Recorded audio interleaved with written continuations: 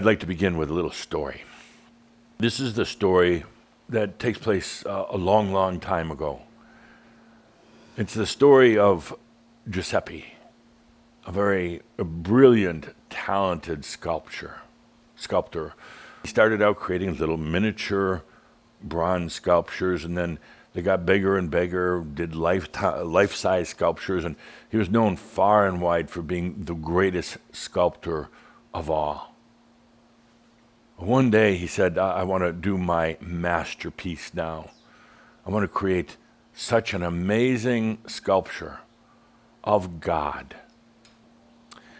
So it came the day that they would be pouring the molten bronze into the mold. He was close over the big cauldron of bronze going away, being heated up, and he looked over and went a little too far, fell straight into the vat of molten bronze.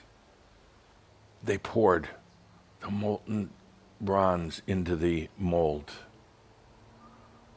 And then they poured the other half and put them together and let them set.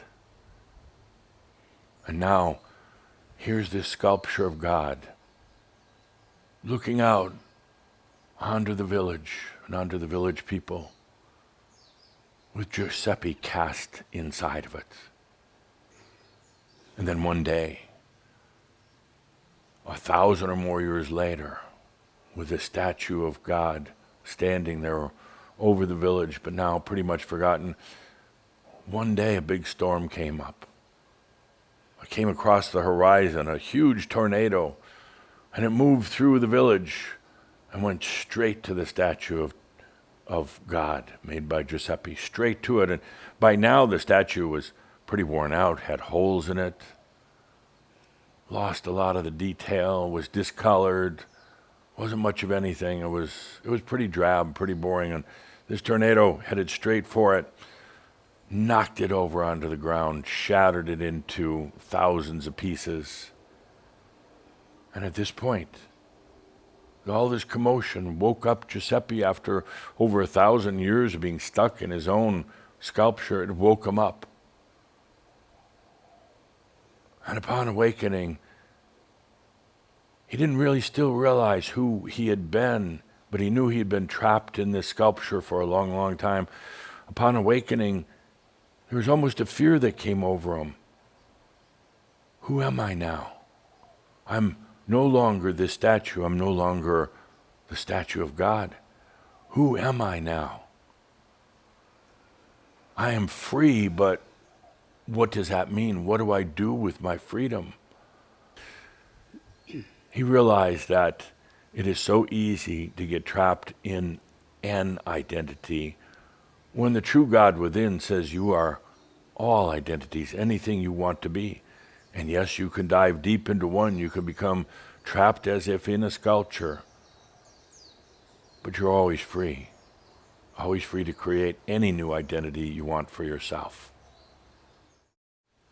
One of the things that you're going to find happening to you right now, or has been happening to you, is that sense of identity that you shaped and created and sculpted for yourself and molded for yourself and then kind of got stuck in. It's breaking away. It's a pretty big shift, and we can feel the resistance on many of you of by identifying or re-identifying yourself, because the old identity falls apart. The dragon was instrumental in helping with that, break it apart. But you realize the dragon is also there. The dragon is you. The dragon is there so you can be so many things now, to be the Merlin, to be the human on the planet, to be a child in many ways, to be an artist, to be anything you want to be, and you can be them all. And that's the beauty of being the Merlin on the planet. You're not stuck in one form of identification. So next on the schedule, there is a big question right now. What's the difference between consciousness and thought? It's a little bit of a difficult one because they're kind of closely aligned, but yet they're very, very different. And what I want to do right now is to assist you in understanding the difference. So, what is the difference between consciousness and thought? And I boiled it down to this very, very simple, easy to remember ellipses. 4 dots, 1, 2, 3, 4. So here's consciousness. I am that I am. Write that on the board. I am that I am, 4 dots. That's consciousness. I mean, it's put into words, yes, but it's not super defined. And the 4 dots at the end mean that now going to the experience. Well, it's not defined, it's open-ended.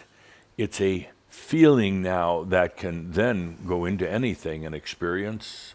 It can go into a thought. I am that I am, and then 4 dots. It's the difference between consciousness and thought is the difference between ellipses, open-ended, dot, dot, dot, dot, and a period at the end of the sentence. Consciousness is everywhere. It's not just in the brain or just in the body. It is in those things, but it's everywhere. Consciousness doesn't take up space and it's not synced into any form of time. It's just there. Consciousness, it is. I am.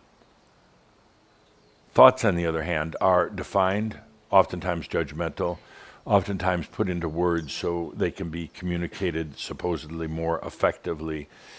Thoughts are what builds an identity.